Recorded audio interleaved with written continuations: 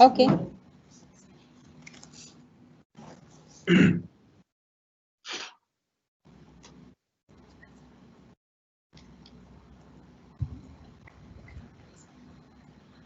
Good morning and a very warm welcome to this session on the third day of the induction program.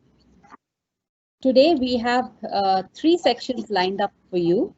The first section is called as the Alumni Connect. The second section, where the exam department will be talking to you about the conduct of exams and the rules related to examinations. And the third session will be related to the college library. We begin with the Alumni Connect. Let me try and express how happy we feel on this particular occasion. It's a similar feeling like children have flown the nest in search of their calling and have come back visiting. Yeah, I'm referring to our alumni. This session we've called as Alumni Connect. And we have with us two of our distinguished alumni, one from Nepal and the other from Qatar. Our alumni from Nepal, Pranaya, graduated in the year 1999. And our alumni, Sharon from Qatar, joined our college almost 10 years later in 2009. And another 10 years later, here you are as our new fresh batch. And I must add, this year is also our Golden Jubilee year. So we are talking about a nostalgic session spanning over many years. We are talking about a heartwarming session. It's a session to evoke pride for one's alma mater. It's a session to motivate and inspire a new batch of students. Our alumni will be addressing you, followed by a question-answer session. So the chat box has been enabled for you.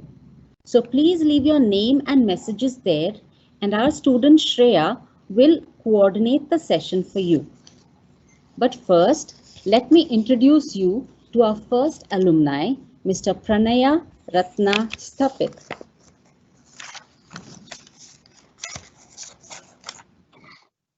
Just a moment as we get the,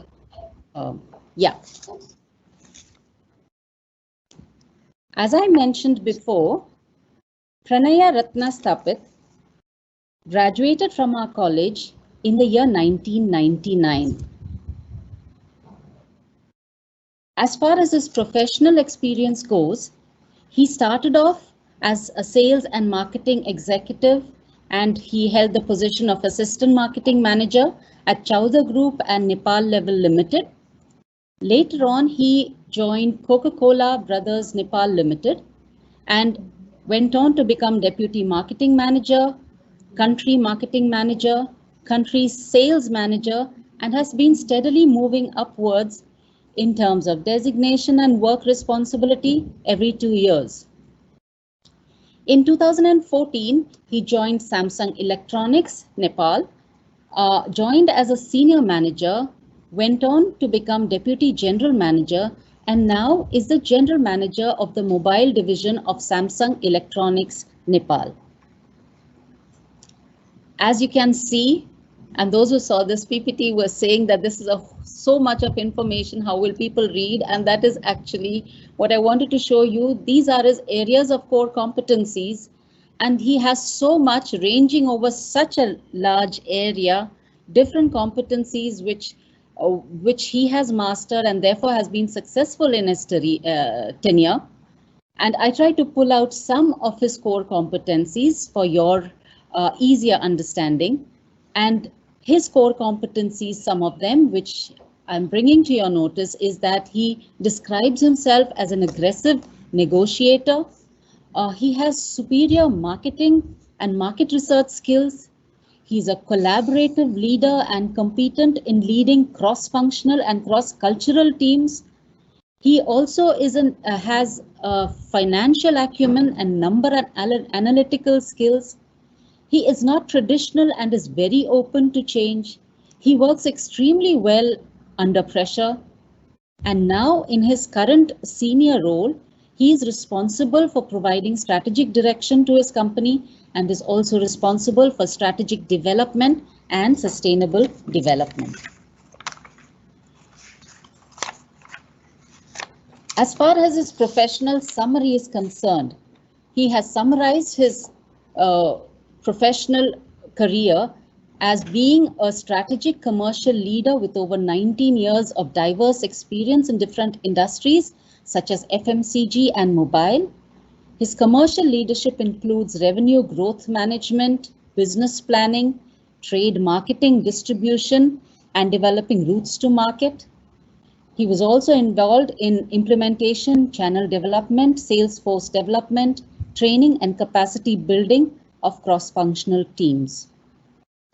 On behalf of all of us, I invite you, Pranaya, and our principal, Dr. Rishikesh Soman, would personally like to extend his warm welcome to you, and I hand it over to the principal to please address you and our audience. Good morning, Pranay. Good morning, sir. Yeah, and good morning, children who have joined for this induction program. As I said yesterday, that our college has achieved glory, not just because of our teachers, but also because of our alumni. And today is two examples that we are going to present to you. Those who have really done well for themselves, and they are naturally adding glory to our college. We feel so proud that they are our children, I would say. They are our students, and we could contribute something in their entire career as such. So welcome, Pranay. Thank you very much for joining and agreeing to talk to our children of this particular batch. And once again, welcome back to Symbiosis College of Arts and Commerce. So I would request you to kindly start your deliberations. Thank you very much. Okay. So first of all, good morning, Principal Sir, Tessie ma'am, teachers and their students. First of all, I just learned that it's a Golden Jubilee year. So many congratulations to all the teachers, all the staffs, all the students. It's such a reputed institution built over so many years with so much of dedication, so much of hard work by all the staffs, teachers, and everyone. So I feel really very humble and very privileged to be part of this education system. And I would also like to thank once again to the Symbiosis College for providing this opportunity to share my experiences and my thoughts with all of you here. Well, as Tessie ma'am mentioned earlier, I did my BCom and in the year 2099, I graduated in 1999. So, well, almost after 2 decades from then, I visited Pune again in the year 2018 and had an opportunity to visit Symbiosis to refresh good old memories and meet old teachers, and was such a special moment for me to revisit the classrooms, interacting with teachers and other staffs. I was really very thrilled, very pleased to going back to the old college. And that also helped me to reconnect with the principal sir and Tessie ma'am and other teachers. And certainly that meeting led us to this session with all of you here today. Way back in 1996, I traveled all the way from Kathmandu to get admitted in Symbiosis. Those days, international students had to apply in Pune University, and then the university assigned to one of the colleges on first come, first served basis. And the obvious choice for all the students used to be Symbiosis. And unfortunately, I arrived a little late in Pune. And by then, the Symbiosis quota was full. And I was assigned to some other college, actually. But I set my heart on Symbiosis. However, I had no choice but to take admission to that other college. But I didn't give up. The chances were very slim. However, I kept trying. And after almost 2 years of struggle, I finally got through Symbiosis. It was a great relief for me because that is why I left Kathmandu and came to Pune just to get admitted to Symbiosis, not just any other college. So it was one of the happiest days for me. And I sincerely believe this transferring to Symbiosis was a cornerstone of how my future shaped up. Apart from my studies, those days I was active in extracurricular activities, which were abundant in Symbiosis. I joined trekking club, and I still have fun memories of visiting many locations with breathtaking views, be it performing an annual event or sporting event. I enjoyed every bit of it. Memories of winning table tennis tournament organized by Nepal Student Association, Symbiosis hostel because I was staying in the hostel, which is within the same premises. So those all things still inspire me when I reflect back today. Similarly, there was one incident which I still remember well. There was a Viva exam conducted by an external examiner, and he was accompanied by Tessie ma'am at that time, she being the college teacher. And ma'am knew me from the annual day performance, and to my surprise, she introduced me as a good performer to the examiner. And after that, the tone of the examiner was very friendly, and of course, I did my part too. And as anticipated, I got good marks as well. So guys, don't miss any opportunity to impress your teachers in your next 3 years while in Symbi. On a lighter note, well, I was also active in Association of Nepalese Students and International Student Association in Pune. All these engagements allowed me to interact with people with diverse background, and in that process, I learned many things, and most importantly, gained self-confidence. One important decision perhaps I made was preparation for GMAT while in the third year of BCom. I joined coaching classes and did thorough preparation, though I didn't apply for abroad, but the test format is same all across. And that preparation helped me to get through to Kathmandu University later on for my post-graduation. And Kathmandu University was at that time and still today one of the best in Nepal and then most sought after universities. So basically, BCom classes were in the morning, and one is free post lunch.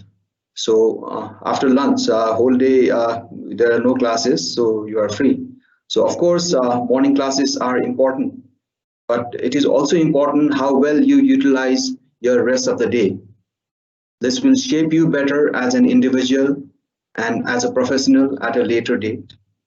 Having said that, not to miss any moment to enjoy with friends and have fun, because that is something you would miss the most after your college life.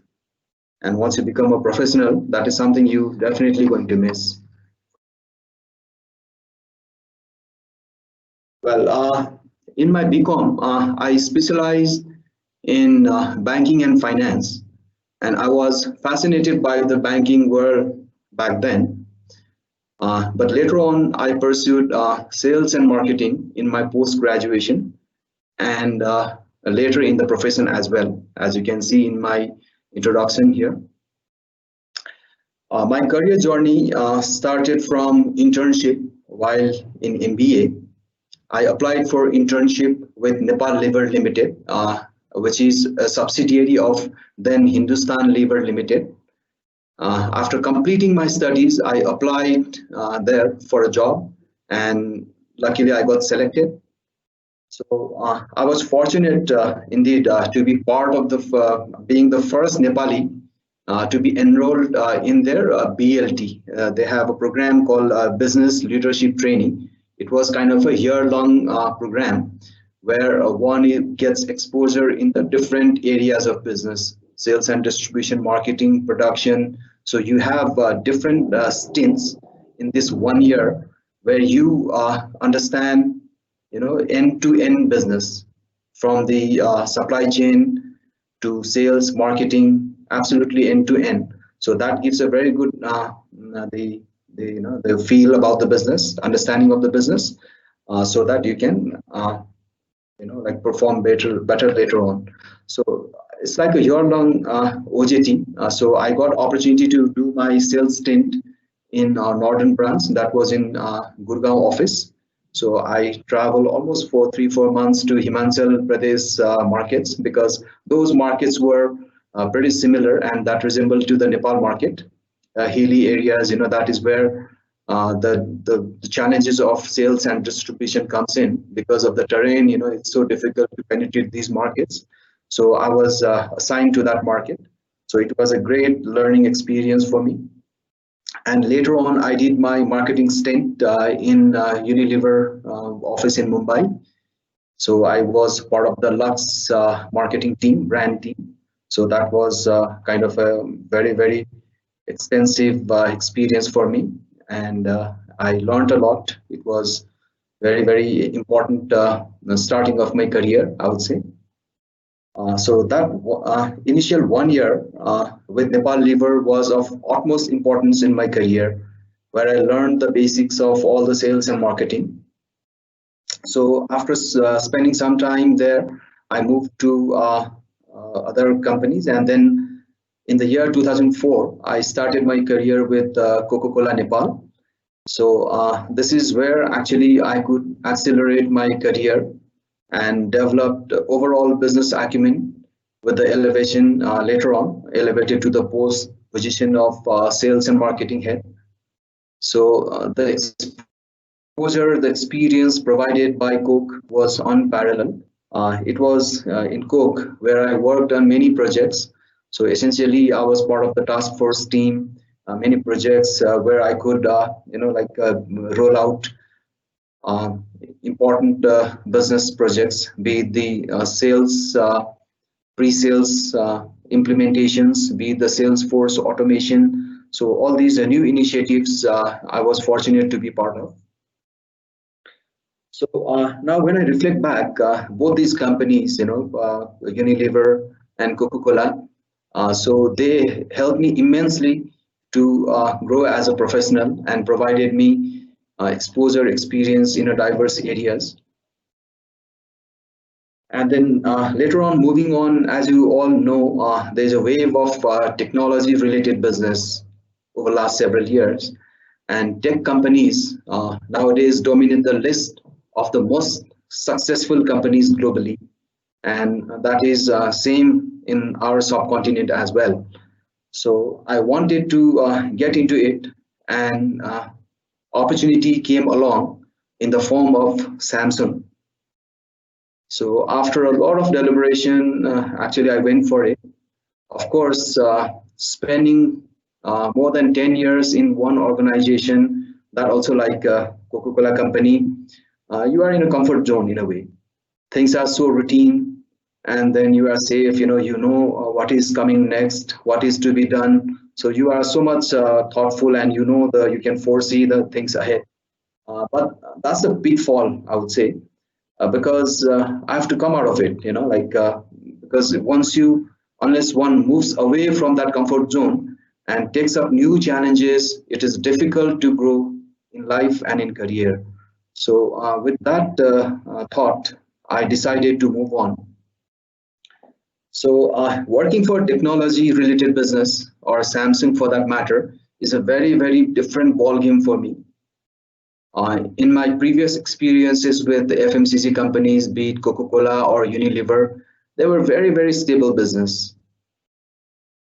Because, in any case, people would have to buy a toothpaste, buy a soap, or for that matter, they would drink a Coke. So the demand is always there, right? And the demand steadily increases with the growth of the population for these FMCG products. So both of these companies existed for more than a century. So processes were very set, it was very a usual business, I would say. And so of course, there are competition and the challenge to create more demand and engage with consumers. However, the nature of the FMCG industry is very stable in nature. So contrary to that, technology business is completely different. Technology, especially mobile and IT businesses, are evolving very, very rapidly. So you all must have realized the phone that you bought a year back, and if you happen to buy your phone now, would have a vast difference, in terms of features and specs. There would have been so much of advancement. right? So, and in that, and that is true for all the companies. So not just Samsung, for all the companies in this technology mobile industries, they face this challenge or the opportunity, you would say. So that is there. And hence the challenge is how to stay one step ahead of the competition. So whoever can manage that wins the game, right? So there is saying in Samsung that you have to be alert all the time, and there is no room for any complacency. Things can change in the blink of an eye, so we should be always watchful all the time. So as a professional, I find every day as a new day. Things are changing constantly. That is where the mentality of flexibility, agility, willingness to learn continuously is extremely important to be successful in this industry. And yeah, over last 6 years, I'm heading the mobile business in Nepal, and so far so good. So now looking back my career after almost 2 decades, what I've felt is that the initial few years after the education is fundamental in terms of what you achieve as a professional, as an individual, as an entrepreneur. It is so important, and it's like laying foundation for your future. So that's my personal experience. So yeah, that is pretty much that sums up my professional experience lately. So I think that is what I have to share today. And yeah, thank you all for this opportunity. Thank you so much. Thank you, Pranaya. It was very interesting to listen to your experiences.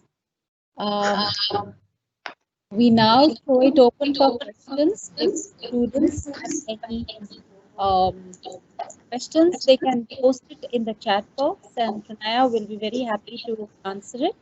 Shreya, our student, will be coordinating it. So can you come in, and are there any questions as of now? Good morning, ma'am. Good morning, sir. Hi, good morning. Sir, there is a question from a student. Since I've traveled all around the world, sir, could you please share a few tips that could help us turn into a more efficient global citizen?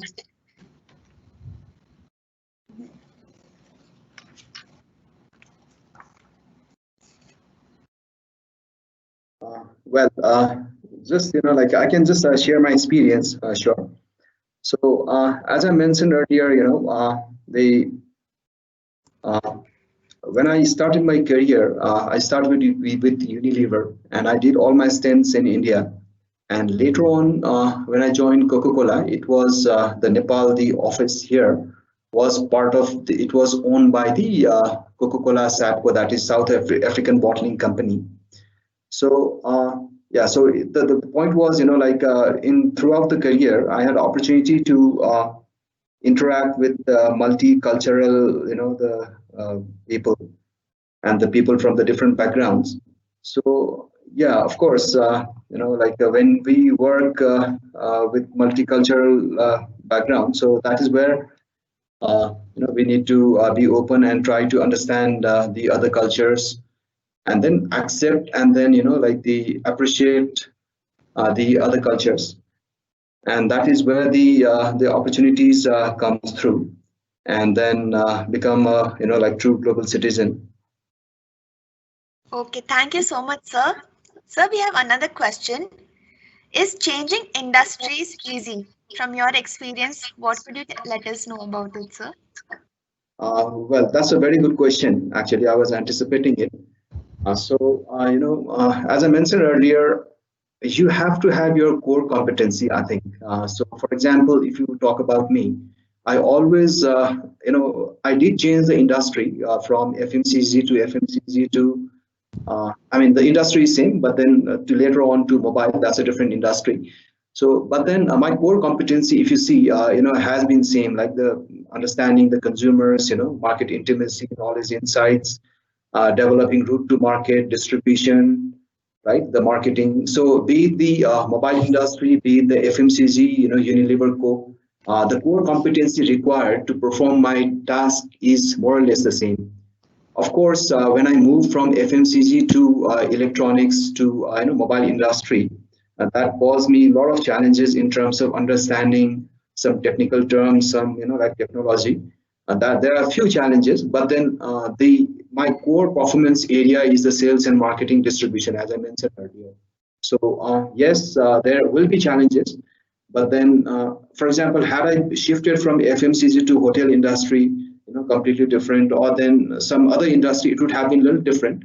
But then mobile, the FMCG industry are pretty much similar in terms of sales, distribution, marketing.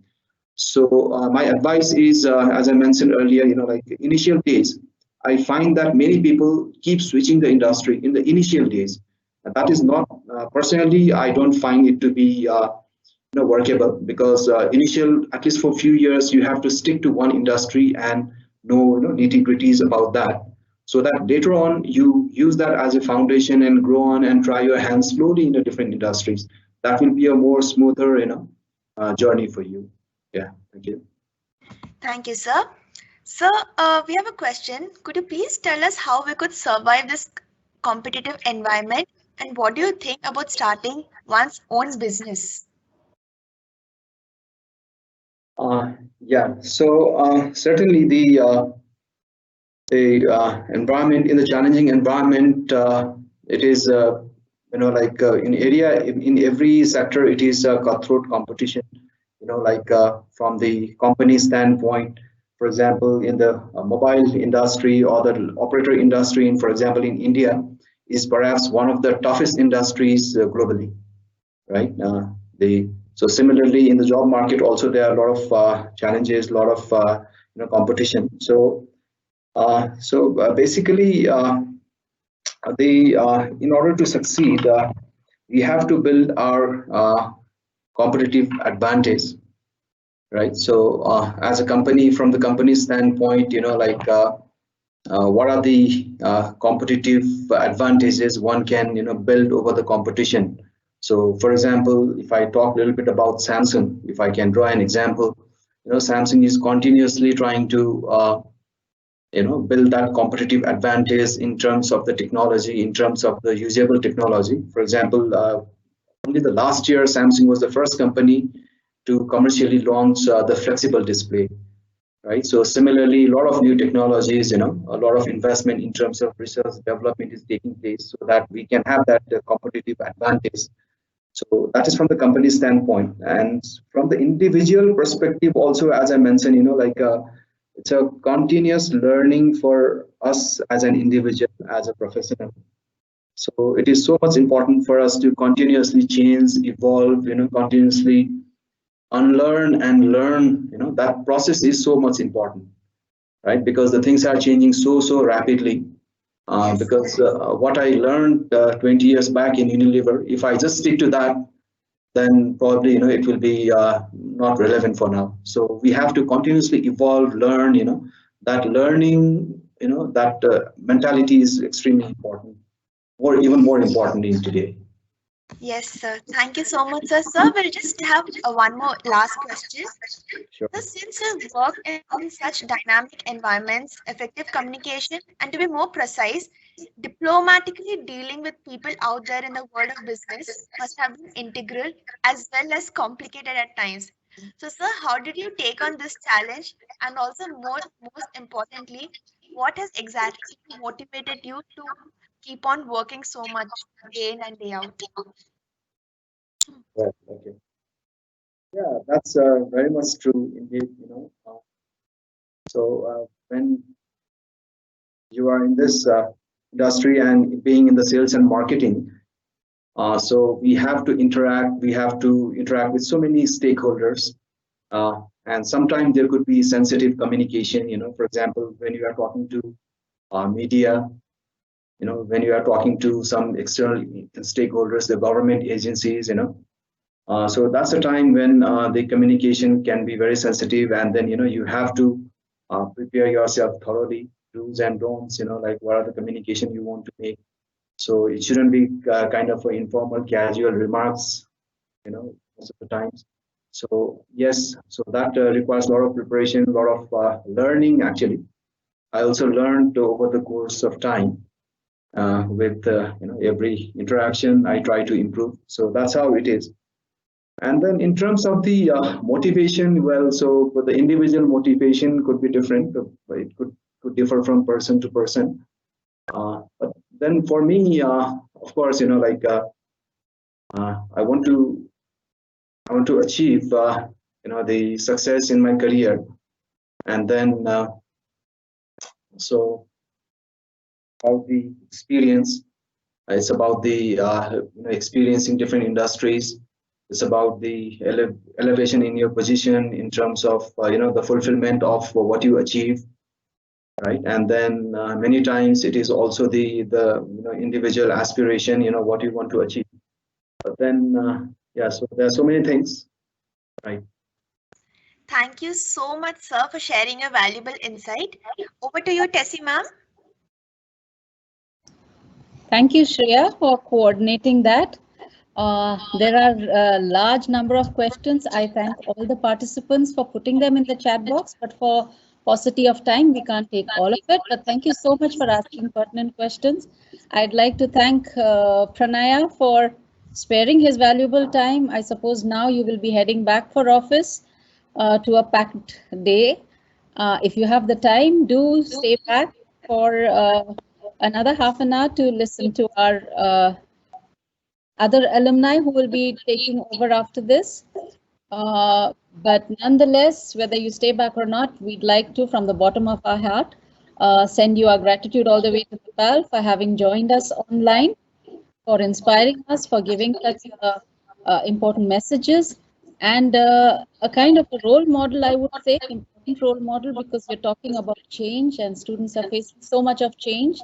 And yours is an example where you have responded to that change, and there's lots to learn from your journey. So thank you very much. Think of us students if you have any projects in mind. Virtually, I think now we've learned anything is possible. So we're always there and we hope to learn. And you are also welcome anytime on our campus. Thank you very, very much. Thank you, ma'am. Thank you, sir, for this opportunity. Thank you. Indeed, Thank you. yeah, indeed, it was a great honor for me. And then I never reflected back to my career in such a way, the way I thought over the last few days, and it has been quite an experience actually. And then yeah, and then finally, wishing you a very happy Diwali in advance. Thank you. Diwali festival to all the teachers, students, to everyone. Thank you very much. Thank you. Thank you very much. Thank you.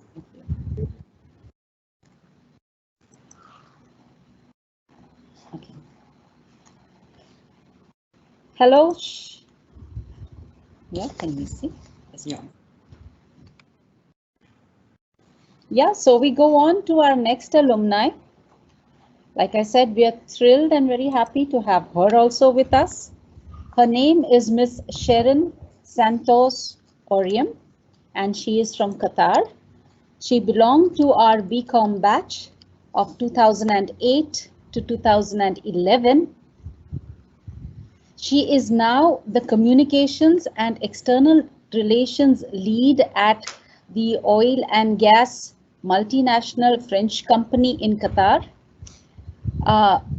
In this present capacity, she is in charge of implementing communication strategies.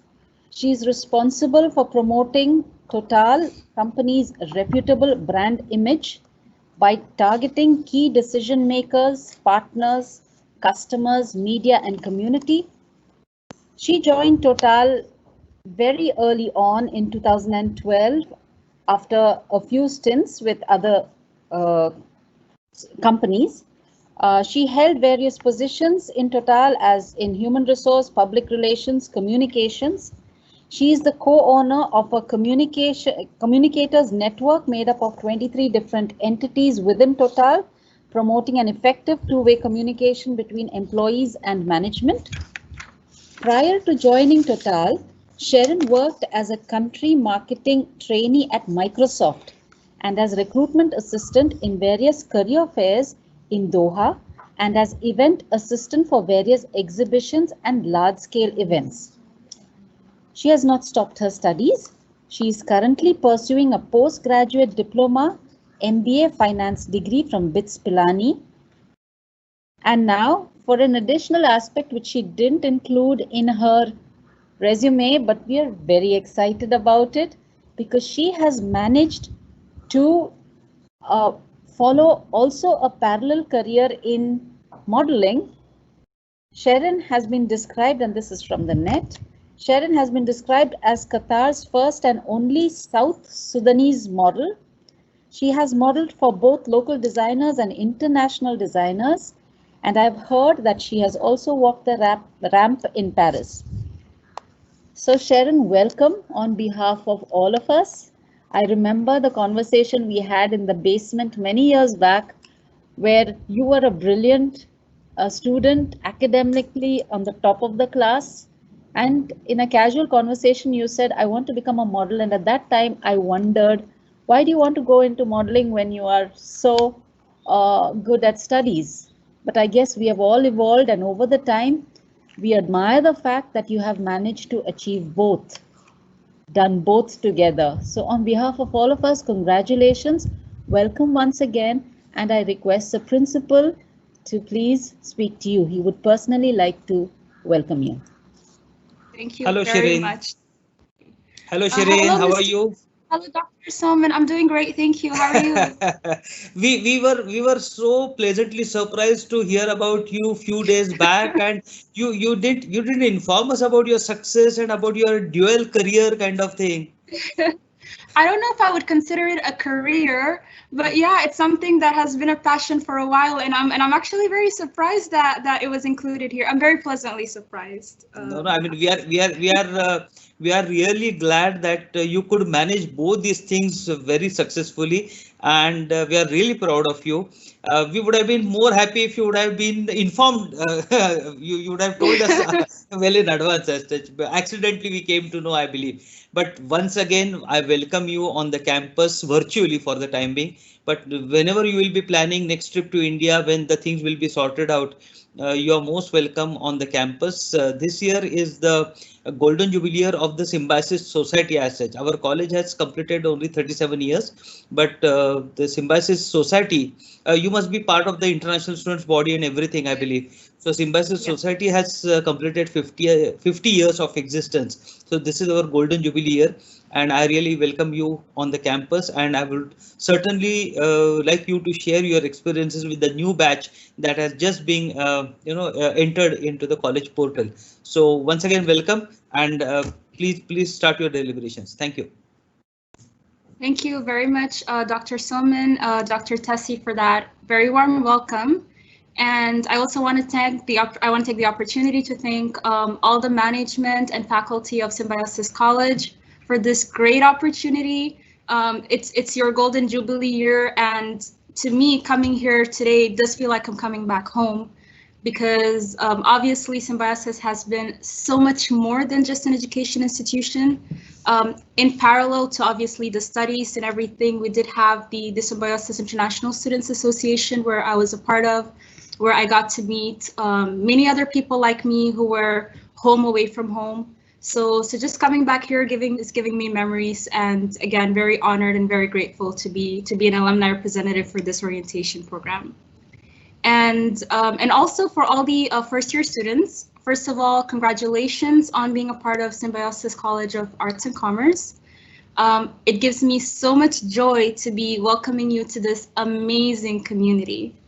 And if you're anything like me, when I started back in 2008, I had different range of feelings when I first started out. I was asking myself, am I in the right place? Did I make the right choice coming here? Is this where I really want to be? And I can just definitely assure each and every single one of you that you are in the right place.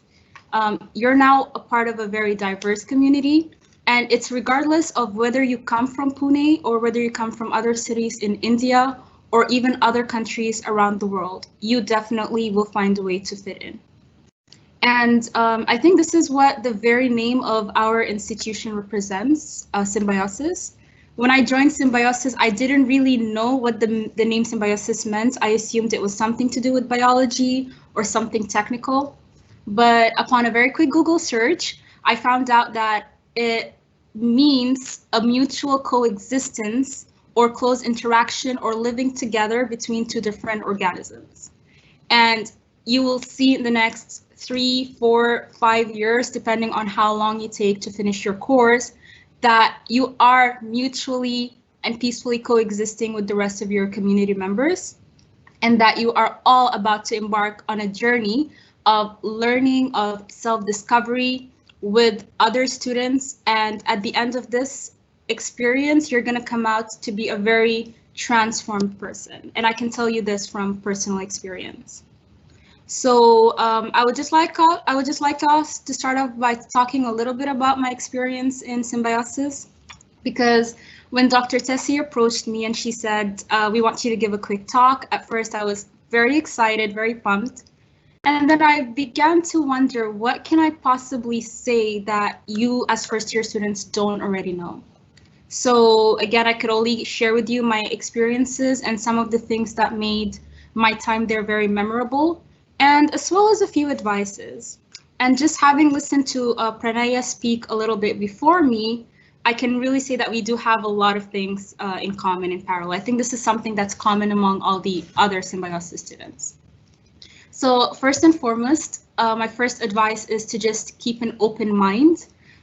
Some of you are here already knowing exactly what you want to study, exactly what you want to pursue, and you do want to focus on that topic only, which is great, which is a very good thing.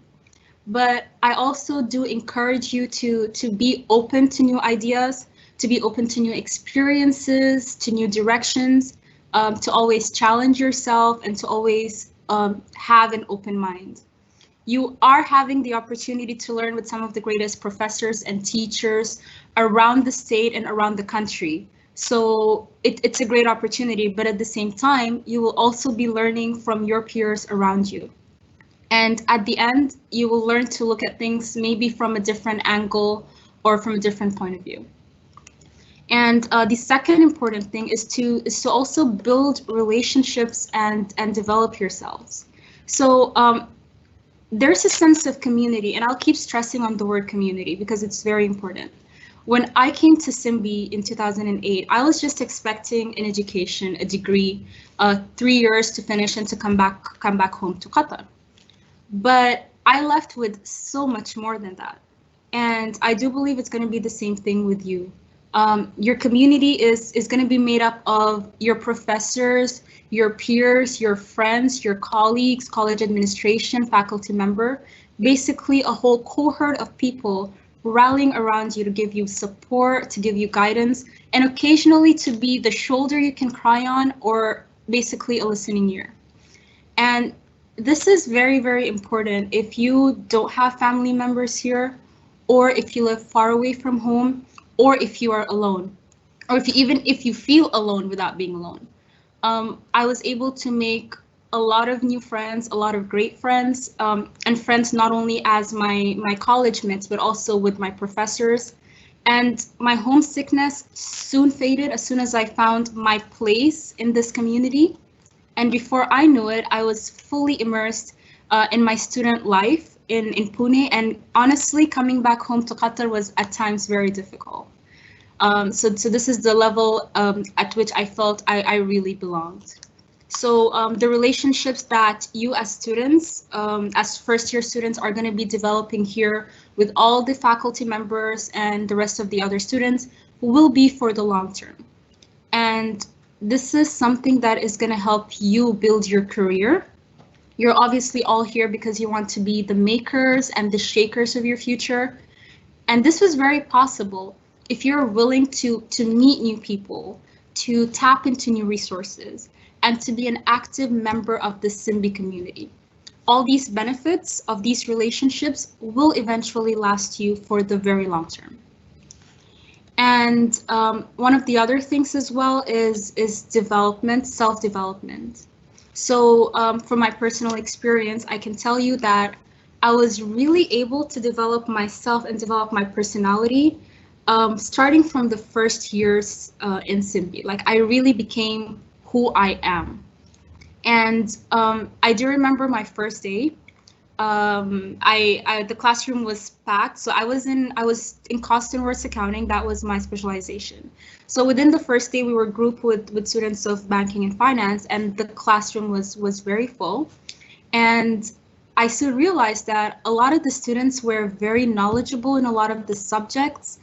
They knew a lot of things that I did not know, and they had a lot of maybe intensive coaching beforehand. So this really intimidated me. And I got a little bit worried because I thought maybe, oh, I don't fit in because I'm maybe not as smart as the other students, or I don't know as much things as the other students. And this sometimes made me not like to speak in class in certain subjects.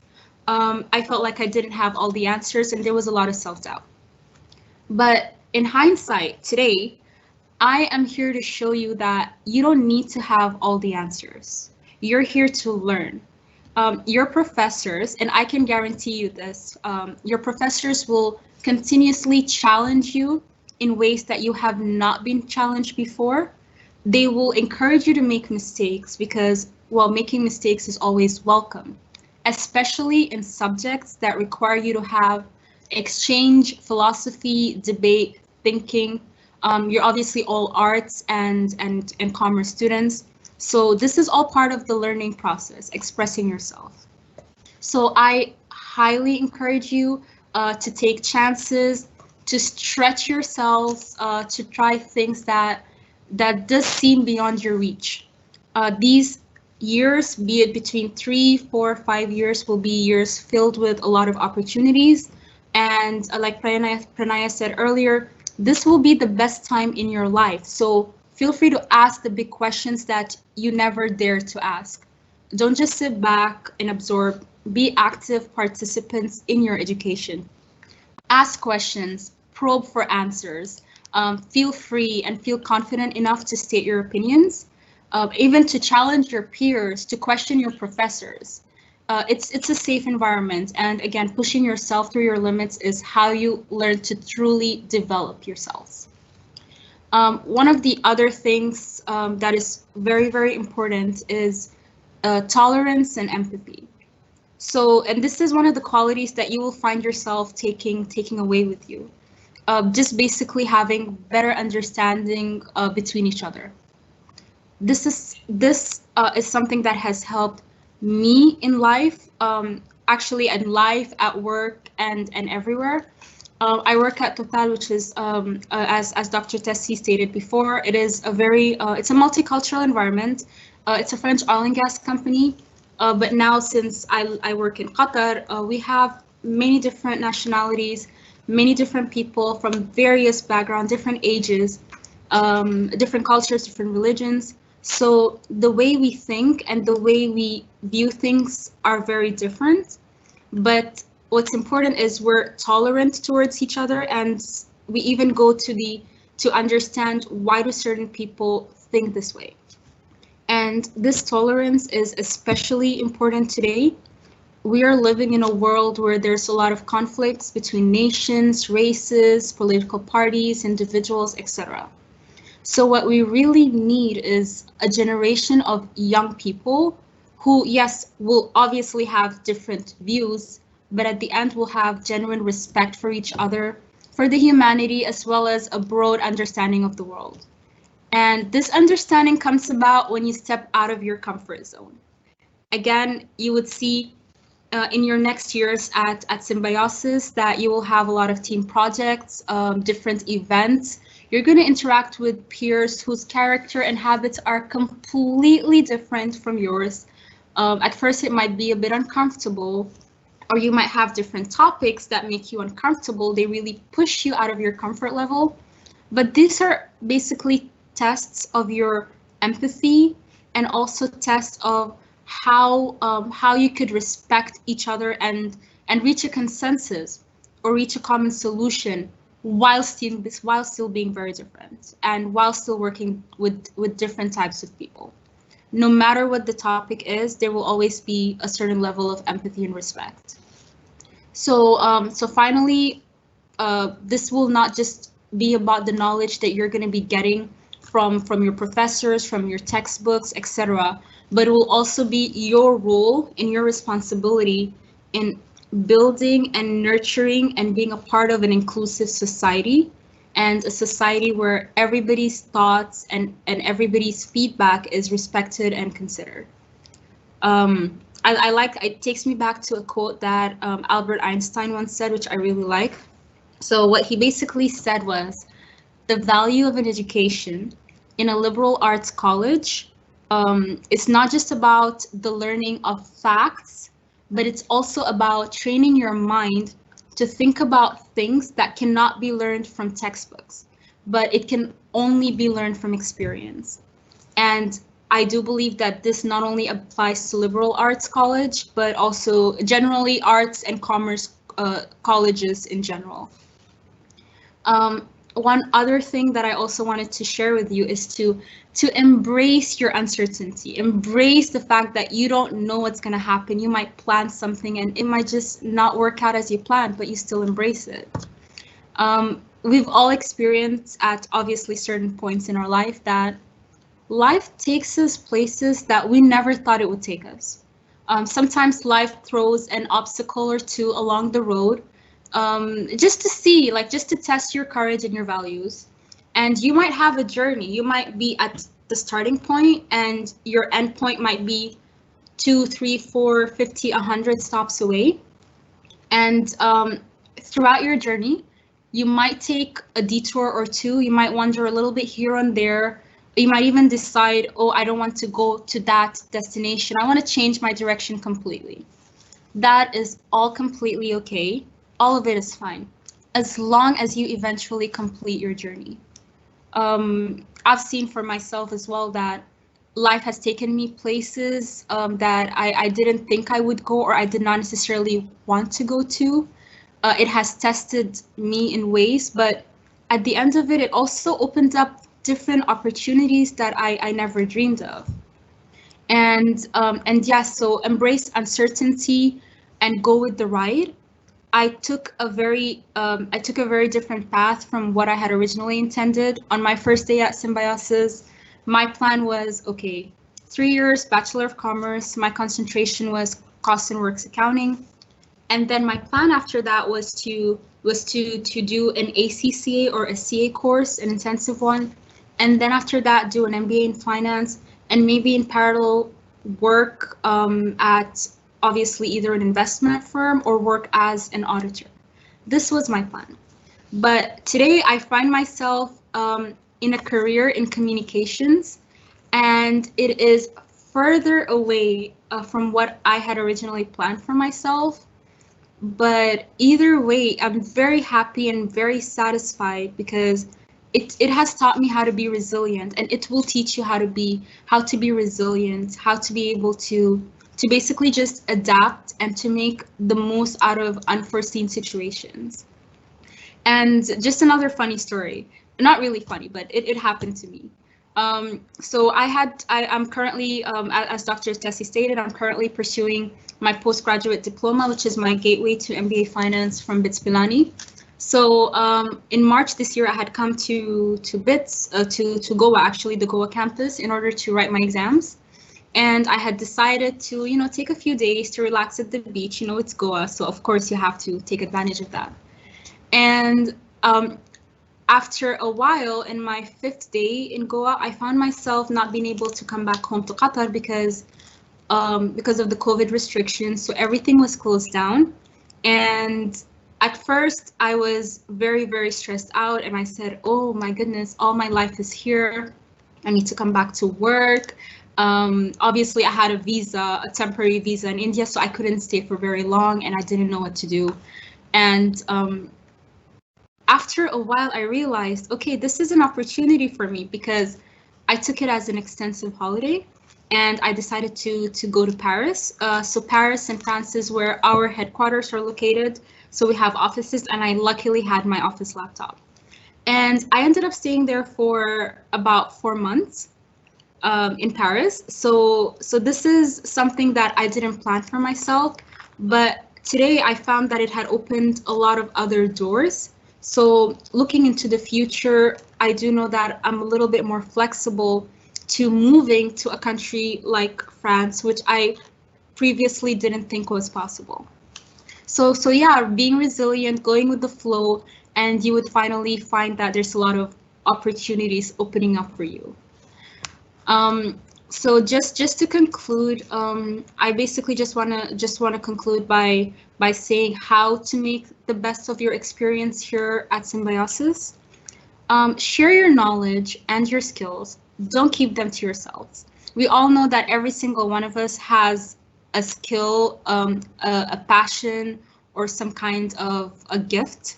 It could be singing, it could be talking, it could be anything. Just share it, embrace it, discover it. Don't keep it to yourself. This is the time where, while you're building your personality, you do want the world to know who you are, and your passions make up who you are. I also encourage you to participate in different student activities. Participate in the various different student boards. Take part in sports, take part in music, debates, arts. Obviously, presently with the COVID situation, I imagine there's not a lot of co-curricular physical co-curricular activities going on. But when things go back to normalcy, hopefully you could also be able to try out for different place, or maybe even run for office. We used to have an International Students Association office where we would play a little bit of politics, good politics, in order to get elected and to win favors. And this is obviously a test of your true life, because in life, while you're building a relationship, you do have to play out yourself or portray yourself in such a way that you're very marketable. So these are all just trainings that will eventually help you in life. Also, find your passion, take advantage of the next 4 years. Do not waste a single moment. Face the world with a bold face, and most importantly, have fun. These are really the best years of your life. And I do trust that your time at Symbiosis will help you grow and will help you achieve all your potentials. And I do really want to thank each and every one of you, and I do want to wish a very good luck to all of you. Thank you. Firstly, thank you so much. Shreya, 1 second. Yes, ma'am. So sorry, ma'am.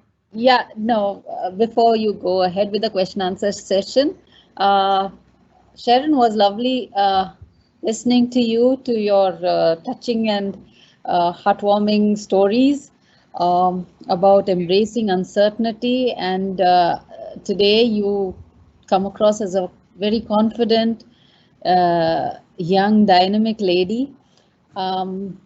We'd also like to share, since you spoke about ACCA, we'd also like to share one snippet of news, which is big news on our campus today, that one of our students has secured the first rank in India for a paper which is financial management. I've got hold of the teacher in charge, and you can congratulate her yourself. So, congratulations. So that's something which has been we have an integrated ACCA program, which was introduced after you have left. So that's one thing I just thought I'll share, as you are now part of the extended family of Symbiosis. I now hand it over to Shreya, and she can conduct the question answer session. I'm sure there are lots of questions. Okay. Yes, ma'am. Thank you so much, ma'am. Firstly, ma'am, thank you so much for such an encouraging talk. It was genuinely extremely inspiring. So we have a lot of questions. I'll go with the first question. So, ma'am, right now in this world, there are so many things that's happening all around us. There are so many people all around us, different kinds of people, which could be overwhelming at times. So how do you manage at this point, and how do you communicate your opinions to other people? How do I communicate my opinions to the different types? That's a really nice question. That's a good question. Basically, at some point in time, I've realized that I don't always need to communicate my opinions, especially on certain subjects which can be considered as sensitive. But if it comes to that, if there's a need for me to be able to say where I stand, one thing we always learned is to just read your audience and to make your point across, obviously as respectfully and as diplomatically as possible.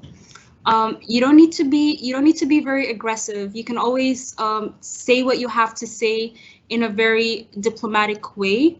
And it's all a part of obviously reading who your audience is, reading whether or not your opinion would have some kind of a positive or negative impact on them. Sometimes it's a matter of saying, okay, this is what I think, or this is how I feel. And I do realize that we don't have to agree. We can agree to disagree, but this is my take on the topic. And what we have learned to do in communications as well is to just basically, it's still the same information, it's still the same content, but we sort of change the package sometimes depending on who our audience is. So obviously, if my audience member is perhaps somebody who's in the government or somebody who's in corporate, the way I address it would not be the same as the way I'm addressing, for example, my internal audience or my other colleagues, or for example, the way I'm addressing my customers. So basically just read your audience member, also see whether or not what you have to communicate could be done effectively, whether it's necessary, and package it in a more diplomatic way to make it more acceptable to your end user. Thank you, ma'am. Ma'am, your multi-diverse career has been really inspiring to all our students. So they're really interested and curious to know that how did you build a parallel career? A parallel career in modeling or a parallel career Yes. in okay. Well, honestly, I started modeling here in Qatar when it wasn't actually modeling, but I did a stint or two when I was about 14 years old. And the reason was because I remember one day I was listening to the radio and they were talking, I think it was either Naomi Campbell or Tyra Banks, who are prominent models. And for me, I remember listening to that and telling myself, wow, I would love to do something like them, especially since I am a minority here. As an African, as a person of African descent, you don't hear a lot of stories from people who look like me. So I was extremely inspired. And I do remember, obviously, Qatar is a more conservative country. So modeling in those days was quite unheard of. This was like around 2004, 2005. So it was quite frowned upon and unheard of. And I was very, very committed. So I just started calling out random retail shops, telling them, is it possible for me to do, I don't know, I would love to do some kind of fashion show. I would do it for free. I don't want any money. I just want to be able to tell myself that I did something. And I got very lucky, and we had something that was really small. It was in store. So that was the very first time I did it. And of course, having moved to India, I completely forgot about it. I was focused on getting my degree, working on building myself. And I do remember, again, talking to Dr. Tessie about it, telling her, I would love to do, like, it's so much fun, and it's just something that could help you build your self-confidence. So I would love to do that. And so when I came back here, after graduation, especially in 2011, I wasn't able to find anything to do. I wasn't able to find internships for the first few months, and I had a lot of free time. So I invested all the time in getting in touch with different designers here and telling them, okay, I would love to model. I'm still here. Is there still an opportunity? And a few of them agreed, and we collaborated. And as I restarted my modeling career, I then got an internship. So at some point I had to choose. It was like either I invest myself in my 9-to-5 job, 9-to-5 training at Microsoft, or I could do modeling, not both. But then I thought to myself, well, I could take a day or two off every 2 weeks whenever there's a fashion show, because it requires a lot of time beforehand. I was able to adjust my time, and then got me thinking, I don't need to choose either or, I can do both. It's just like saying, oh, I love to be a banker and I also like to play table tennis. They can both coexist. So now I'm happy that I have the flexibility to choose what I want to do. Obviously, I still have my job is stable from 9 to 5 at Total, so that is my commitment, my first priority. But there are certain weekends where I can get myself to do photo shoots, fashion shows. It's a lot of fun, and it just sort of reminds you just not to take yourself seriously in life. There are other fun things that you can do that it's just yours. It's just you, and it's who you are. So I hope that answers your question. Yes, ma'am, definitely. I think we got really good tips on time management also. Okay, so ma'am, I'm not a good manager. I'm the opposite. I'm really bad when it comes to time, to be quite frank with you. But yeah, it's just about compromise. Like take a little bit of one and maybe minimize a little bit of the other, and then next week, obviously, prioritize work and have a couple of hours or so to do something that you really love. Yes, ma'am. Thank you. Shreya, can we have just one more question because we'll run out of time otherwise. Okay, sure, One ma'am. last question. So, ma'am, could you share a few insight on how could we, as a younger generation, adjust to different cultures when we are in foreign places? Okay, that's a very good question. Thank you for that. I think the first way to adjust to a foreign culture is to keep an open mind. So when you're going to a new country, obviously you might have certain prejudices or thoughts about that country, but leave it out the door and experience the culture from a new set of eyes. When I was coming to India, I obviously already had a certain idea of how India would be, having watched a lot of Shah Rukh Khan movies. I thought that was India, so I came with that perception. But then I realized India is a country with so much different diversity, so there's so much to learn. And at first, it's a bit intimidating because you're in a new country, you might not speak the language, you don't know the culture, you don't know how if you're offending people or not. You don't know what people think of you as a person. Do they like you? Are they open to you? Do they not? So the first things that I did was make a lot of local friends. Actually, most of my best friends come from Pune, which is actually interesting. Even before, some of my best friends in Qatar were from Pune. And having gone there, I try to immerse myself in the culture to just try to learn why people do certain things the way they do. Obviously, Indian culture, for example, is different from my own, either in Qatar or in South Sudan, where I'm originally from. But everything that happens, there's a reason behind that. The way you speak, the way you do, for example, or certain customs and cultures have a backstory behind them. And when you learn more about that, you do realize that you adjust much more faster and you become more accepting of that new culture, that new environment. And when the locals see that you're more open and accepting of them, they eventually will also become more open and accepting of you. So it's actually a two-way street. At first, again, just throw all the prejudices that you have in mind and look at your new culture from open eyes. This would be my advice. Thank you, ma'am. I would like to thank you from the bottom of my heart. It was really inspirational. Over to you, Tessie, ma'am. Thank you, Shreya, for conducting that so well. We have one of our teachers lined up, Dr. Niloufar Rena. And Hi, to meet her, so she's here on time. She has a question or she has something to say to you. So over to Dr. Rena. Thank you, Tessie ma'am. Good morning, Soman sir. Hi, Sharon. You spoke so well. And we always say, our alumnus make us proud.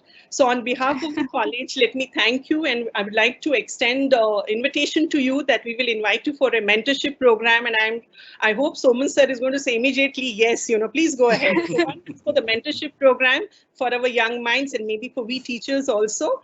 And secondly, I want to ask you, what sets Symbian apart, We've got students all over there in Pune, but I don't know, I find my students, our children are different. The Symbians are apart. So what sets them apart? So according to you, Sharon, what sets a Symbian apart? We have got a USP, which makes us different. So I want Sharon's view on this.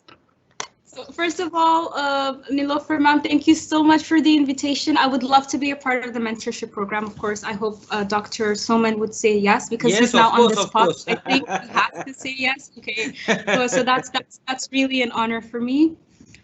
What sets Symbians apart? I think the reputation. There's a certain level of weight that comes with that brand. Yes. And I think it's about the amount of pride that we have that is instilled among us. From the very first day, for me as an international student, I saw that Symbians, like we call ourselves Symbians, we had so much pride in everything that we do, and we really came together. And it's not only just Symbians, because you also have the Symbiosis international community that is made up of many other students who come from different institutions. And it just is, and that brand, that tags gets put on you. It's sort of a positive label that gets put on you, and that identifies you as a person who is very diverse. So every time I say, oh, I come from Symbi, and everyone's like, oh, that's amazing. So you must be a part of a huge, diverse community of people from different places, and not only in India, also in the United Arab Emirates, in Dubai as well. And we do have we do pride ourselves as Symbians, as people that like to help each other, or people that obviously like to come back to our grounds, and also people that pretty much we're like ambassadors to ourselves. We're our own ambassadors. Absolutely. And this makes us very proud as Symbians. I do believe that. Thank you so much. We miss you, and we wish you all the very good luck and all the best. Thank you so much. And thanks for gracing the occasion. Thank you, Tessie ma'am. Thank you. Thank you, Nilofer ma'am. There are other teachers also who are listening, though they won't be able to come online at the moment. But on behalf of all of us, the principal. Tessie, can I interrupt? Yes, Tessie, yes, just sir. can I interrupt? Yes, sir.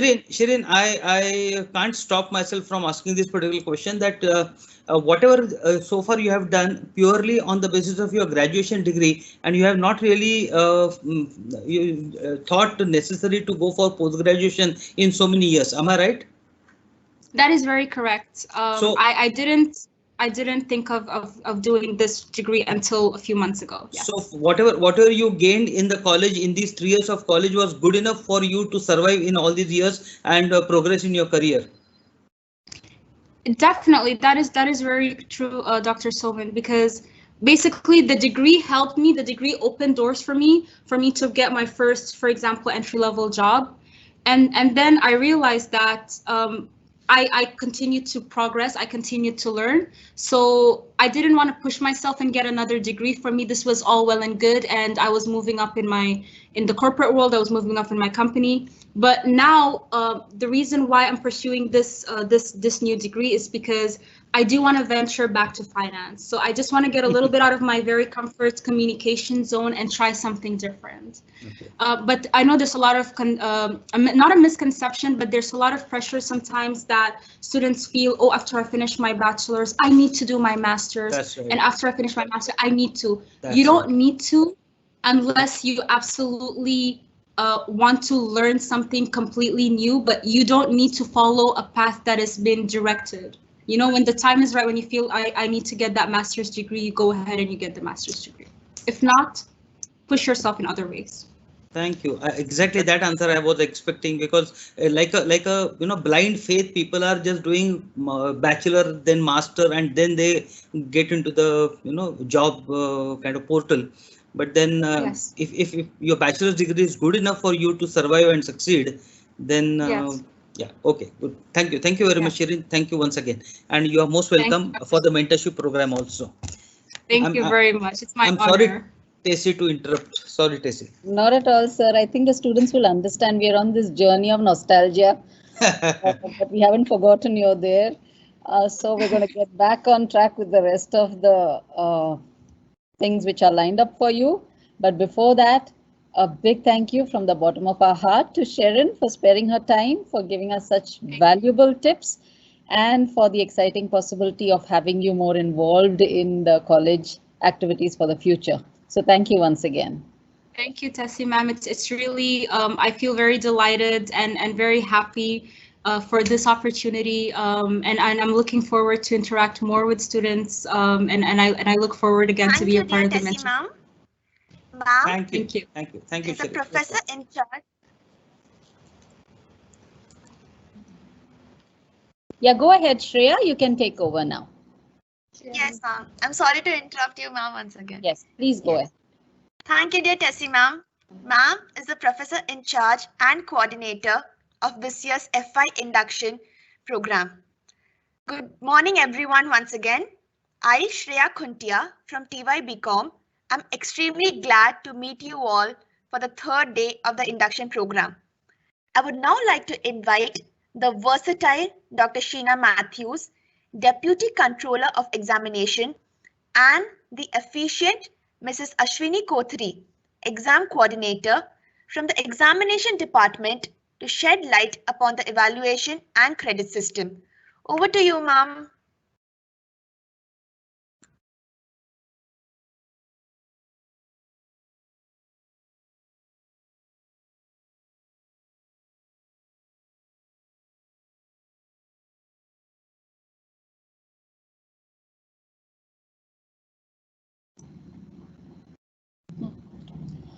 Thank you, Shreya. A very good morning.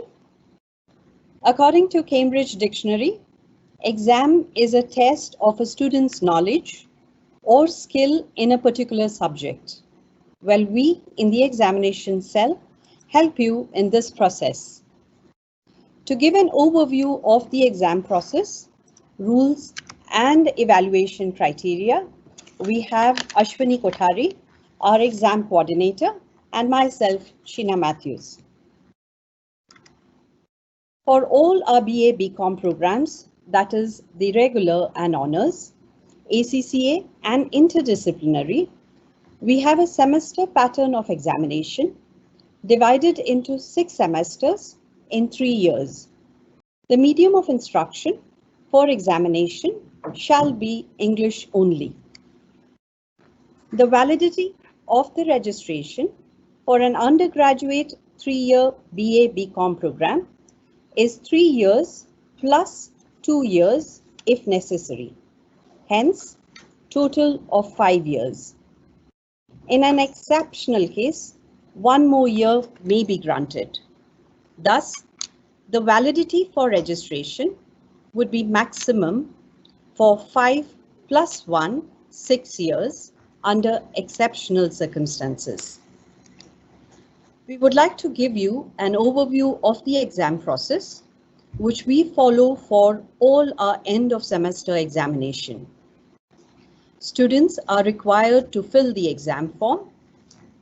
In your case, this wouldn't be required since all of you will be attempting this exam for the first time. The form filling is specially done when you have a backlog exam. The declaration of dates for the exam is tentatively informed 30 days before, and the exam schedule is put up on the college website. Once you have given your exams, the results are declared within 35 days. In case you are unhappy with your results, you can send it for the reevaluation process. And in case we are unhappy the way you gave the exam, then you will have to face the Unfair Means Committee. The Unfair Means Enquiry Committee looks into the unfair practices used by the students for the exam. We are hoping not to see you there. The convocation cap will come to you only after you finish all the 6 semesters. Friends, please pay attention. You are our first batch which will have this assessment process. We now have a continuous evaluation process. The internal evaluation is of 70 marks and the end of semester exam is of 30 marks. Internal evaluation is split into 50 marks plus 20 marks. Under the regular circumstances, which is no COVID and you being in the campus, there would have been a computer-based MCQ exam of 20 marks in the computer lab. Under the present situation, you will have a continuous internal evaluation of 70 marks. The assignments ranges from surveys, open book test, exhibitions, questionnaire-based assignments, book reviews, film reviews, computerized accounting workshops, etc.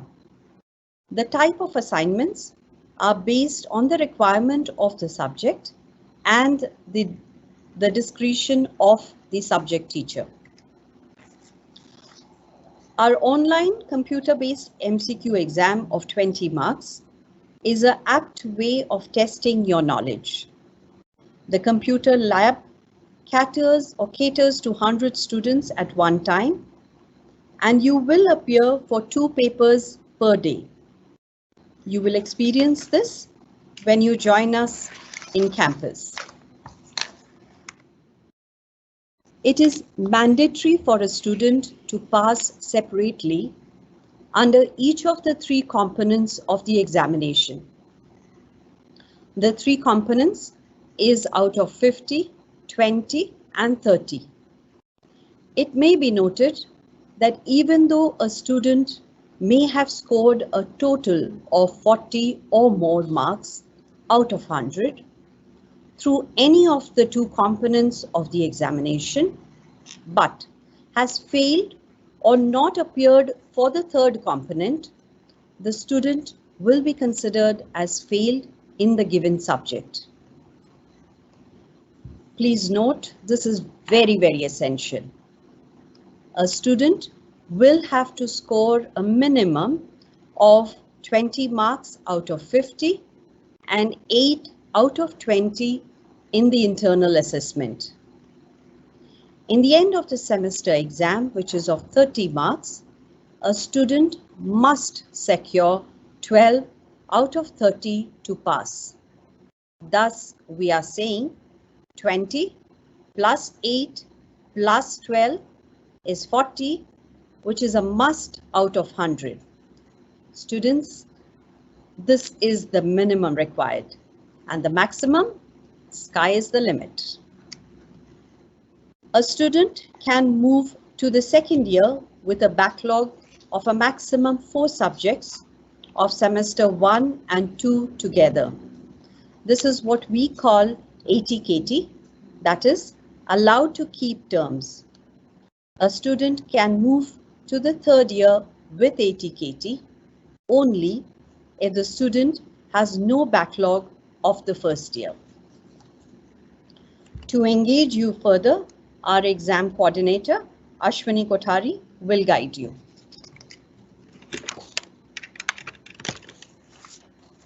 Thank you, Sheena ma'am.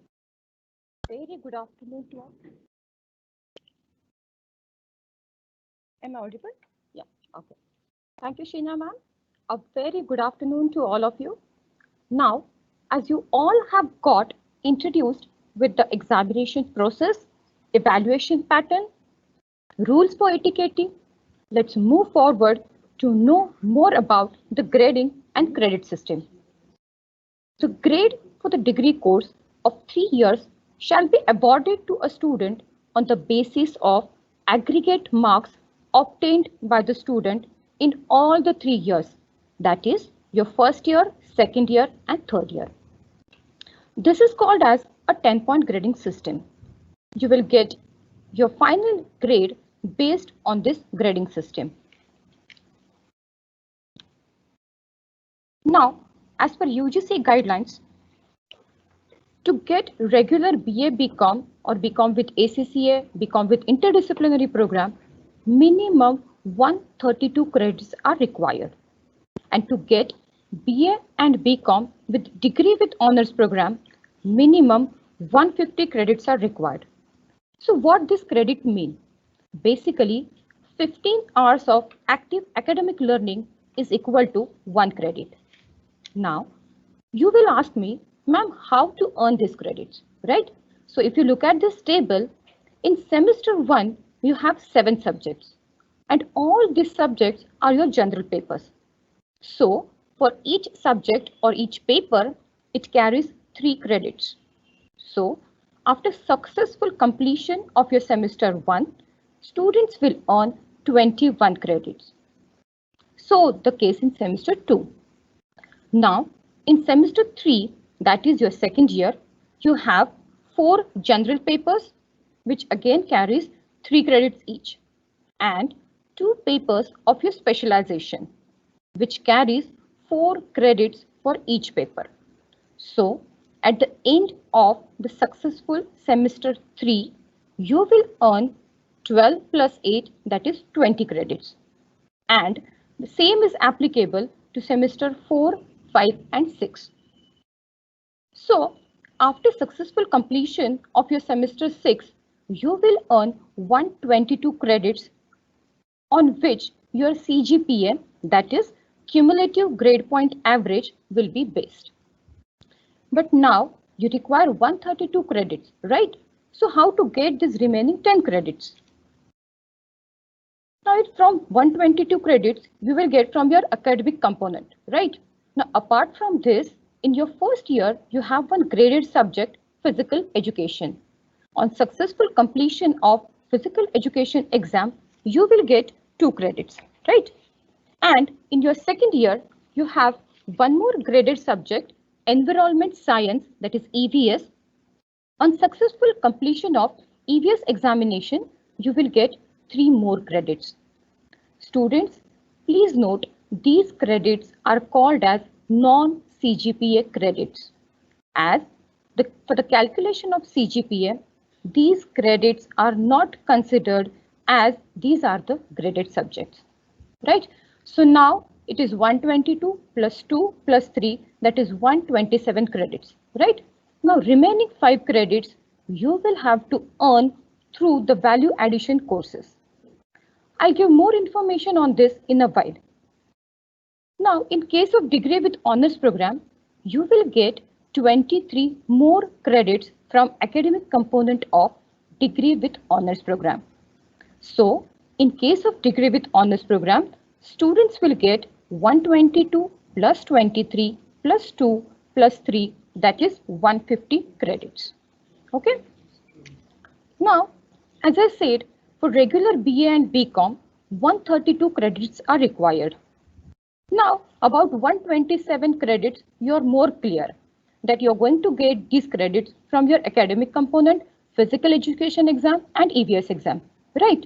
But remaining 5 credits you will have to earn through these avenues mentioned on the slide till the end of your semester 5. These credits are also known as non-CGPA credits, and we call them as value addition credits. Right now, I'm not going in the details of these avenues because we are going to organize a separate orientation program about the value addition credits very soon. I hope you have got an idea about grades and credits. Remember students, you will have to earn minimum 132 credits for your regular program and 150 credits for your degree with honors program. So now, next question will be in your mind, how your mark sheet will look like. Okay, here is the answer.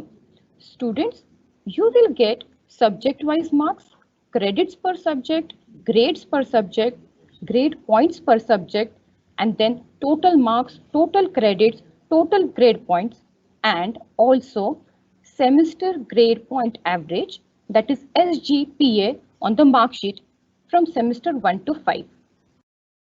Students will get compiled mark sheet of all the semesters together. No separate mark sheet will be issued semester wise. Now, after successful completion of your semester 6, you will get subject-wise marks, credits per subject, grades per subject, grade points per subject, then your total marks, total credits, total grade points, and of course, CGPA, that is cumulative grade point average, along with your final grade as per the 10-point grading system on your final mark sheet. College also issues a passing certificate after your semester 6. And of course, the final degree will be awarded by Savitribai Phule Pune University. Now, very important, students, please note all the notices regarding examinations are put up on college website as well as on notice boards in the college. Students will have to check website daily for the updates. If you have any queries, please do write us on exam@symbiosis.college.edu.in. Only make sure you will write your queries mentioning your name, year in which you study, with your PRN number, that is permanent registration number, and a query in detail, so that it will be easy for us to solve your queries fast. So that's all from my side. Thank you, Team Induction, for giving me the opportunity to speak, and thank you all for your patience listening, waiting for you all to come to the campus. Very soon, we will have an orientation program on value addition credits. Thank you once again, and over to you, Sheena ma'am.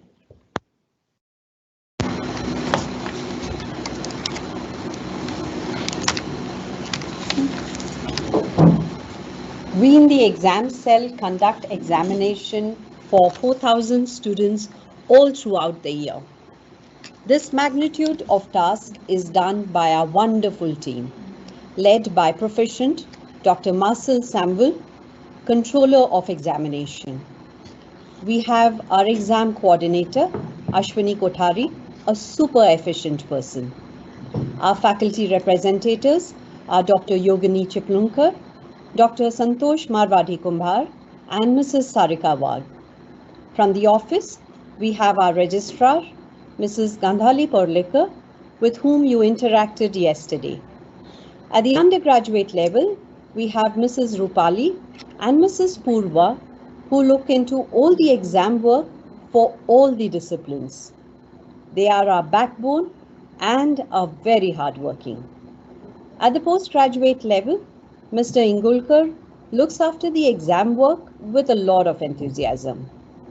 In the technical support team, we have Mr. Nazir and Mr. Nitin, who are ever helpful.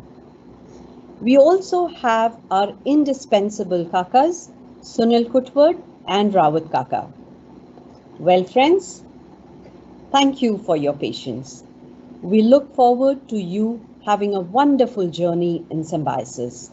Remember, Symbiosis is a place where education meets enthusiasm. So yes, sky is the limit. Thank you and all the best. Thank you, Sheena ma'am and Ashwini ma'am, for this detailed orientation. I now invite the ever supportive Mrs. Vaishali Vaidya, librarian of a college, to brief you about the college library. Over to you, ma'am. Thank you, Shreya. A very good afternoon to all the participants of the induction program. I am here to give you a brief overview of library.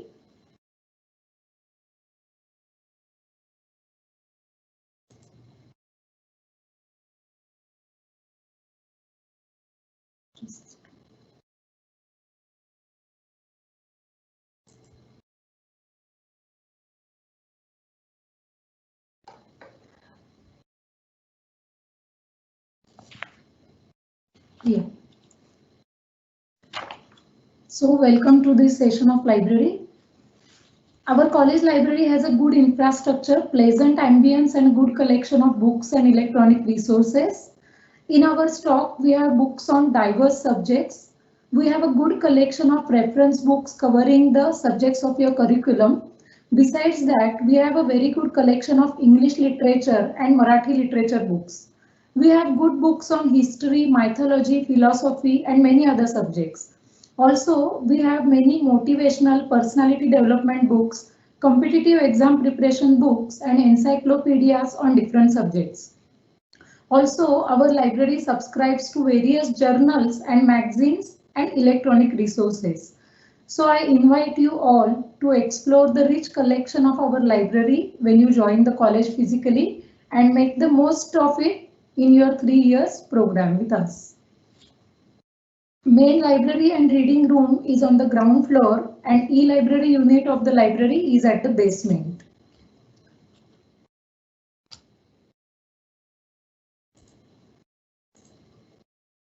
Our library is fully automated and we use Koha library management system for our library operations. On our college website on library page, you will find the link to OPAC, that is Online Public Access Catalog. Through web OPAC, you can get the information about the physical collection of our library. This is how the OPAC looks. In the search tab, you can type any author's names or title and you will come to know whether we have this book in our library or not. So library membership, the bona fide student of Symbiosis College of Arts and Commerce becomes the member of the library and can avail the various services and facilities offered by the library. So you need not fill any extra form to avail library membership, but we will issue you an iCard which is necessary to gain entry in the library. Of course, it is possible for us to issue your iCard only when you join on the campus physically. So as I said, iCard is must if you want to come and study in library or use issue library books. So you must wear iCard. Then library is a silent zone. You should keep that in mind. Then library working hours are from 9 to 5:30 from Monday to Saturday. And we issue 2 books per student at a time. And it is those 2 books are issued for a duration of a week. And if you don't return them on time, fine of ₹2 per day will be charged. These are the library statistics. We have over 41,500 books, 93 periodicals. Also, we have CDs and DVDs on different subjects. Also, we have subscribed to huge number of e-books and e-journals that you can access. These are the facilities provided by our library. As told earlier, we issue 2 books at a time per student.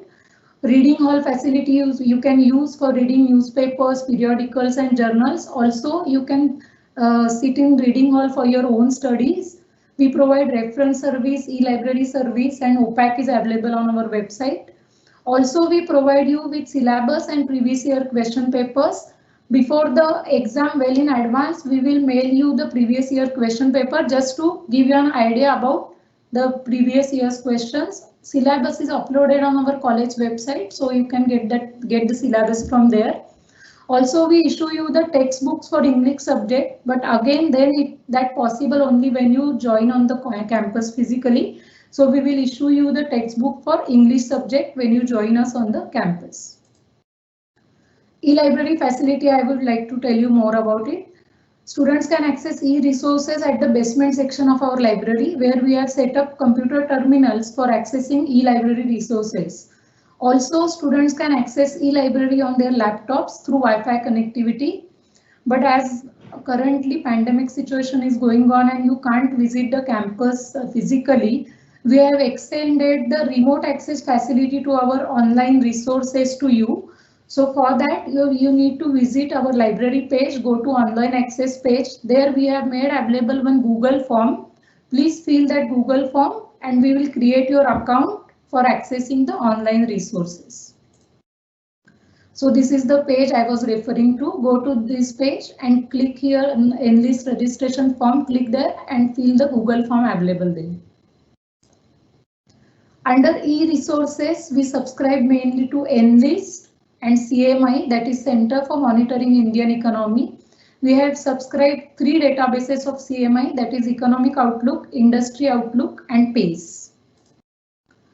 This is Enlist website. Enlist was first launched under UGC Infonet program InflibNet, but now it is a college component of E-Shodha Sindhu Consortium with access to 6,000 plus journals and 1,64,300 ebooks under Enlist and 6 lakh more ebooks under NDL, that is National Digital Library of India. Our college is a member of Enlist from its inception. You can access these journals and ebooks remotely from anywhere. As told earlier, to register yourself for Enlist, please fill the Google form on Library Online Access page, and then we will create your accounts for accessing Enlist. CMI is Center for Monitoring Indian Economy. CMI produces economic and business databases and develops specialized analytical tools to deliver these to its customers for decision making and for research. It analyzes the data to decipher trends in the Indian economy. This database is useful mainly for research, so the access to this database will be provided to you on your teacher's recommendation. Library hosts Best User of Library Award. This award is given to the students who visit the library frequently and make maximum use of library and also follow the library rules. This is the team of library. Mr. Shankar Gavane, Mrs. Sangeeta Patil, Mrs. Renuka Pawar, Mrs. Supriya Khanekar, and we have support staff Mr. Sunil Mungse, Mr. Madan Wagmare and Mr. Pramod Kadam. We have made a small video of library to give you a glimpse as how the library looks like. So please watch.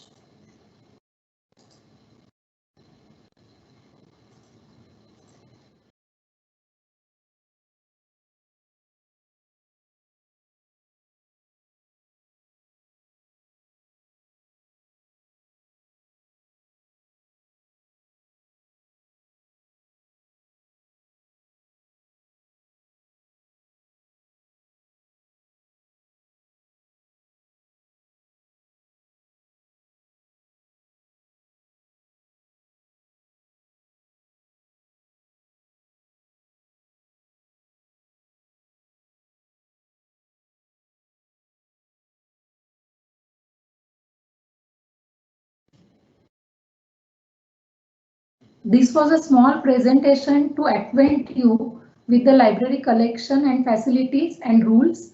Nowadays, we hear a lot the word new normal. Online learning is new normal. Social distancing is new normal. Wearing mask is new normal. But I hope and pray that this pandemic situation improves soon and we all could go back to old normal, doing the things we used to do before April 2020. We will be very happy to welcome you on the campus when we get permission to reopen the college for students to join physically. I wish you all the best for the successful completion of your 3-year degree program at Symbiosis College of Arts and Commerce. God bless you. Thank you so much, Vaishali ma'am. One important notice before I carry forward. All FI students are required to fill the feedback form which has been posted on the college website. The certificates for attending the induction program will be given to you all only and once you fill the form. Please do the needful. I would now like to take this opportunity to call upon the prolific Dr. Sharayu Bhakare, Professor in charge and coordinator of the FI Student Induction Program 2020-2021 to propose the vote of thanks. Over to you, ma'am. Thank you, Shreya. Dear students, we hope that this virtual induction program has helped you to be well acquainted with all the features, programs, and activities of the college. Organizing this 3-day student induction program virtually was entirely a team effort. On behalf of my team, I wish to acknowledge the contribution of all those who made this program possible. First and foremost, we are grateful to Principal Dr. Rishikesh Soman and Vice Principal Dr. Sunaini Parsure for their unstinted support and guidance in planning and executing this program. They both indeed are the pillars of our strength. On behalf of the college, my sincere acknowledgement to our alumni, Pranaya Ratna Stapit and Shreya Santos Orien for connecting with their alma mater and inspiring the students. I'm thankful to the presenters of the Day 3, Dr. Sheena Matthews, Deputy Controller of Examination, Mrs. Ashwini Kothari, Examination Coordinator, and our college librarian, Mrs. Vaishali Vaidya. I wish to thank all the faculty members who presented the departments on day 1 and day 2. My heartfelt thanks to our college registrar, Mrs. Gandhali Parolekar, and office staff, Mrs. Mane, for their generous help. This virtual online program, which has connected students from all over India and also abroad, would not have been possible without our expert technical team at the back end, Mr. Nazir Syed and Mr. Nitin Bhise. Thank you. Our students are the pillars of most of the college programs. In this program too, our students shouldered important responsibilities. Angela Thomas and Shreya Kuntia compared the program. Shubham Ghawane helped in preparing the presentation, and our super talented singers, Megha and Kavya, mesmerized us with their singing performance. A big thank you and blessings to all of them. Special mention of Professor Dr. Zakira Sheikh for creating a beautiful PowerPoint presentation of the Know Your College session, and Dr. Nilufar Raina for her valuable suggestions during the process of planning. Gratitude to all the teachers for their profound cooperation. Many thanks to Vase Kaka and Saure Kaka for their help in the conference room from where the organizing team operated. My sincere gratitude to the induction program organizing team, coordinator and professor in charge, Dr. Tessie Thadathil. I must emphasize, appreciate and acknowledge her immense contribution in planning and organizing this program. Ma'am has taken special efforts in organizing the Alumni Connect session. Earnest acknowledgement to my colleagues, Mrs. Monica Parik and Dr. Nilesh Wagmare and Mrs. Vaishali Vaidya for their contribution in making this program successful. Last but not the least, thank you very much to all the students for choosing Symbiosis College, Pune as your learning destination. We all here in Pune eagerly look forward for your vibrant presence in the classrooms and on the campus. See you soon. Till then, stay safe, stay healthy. Thank you.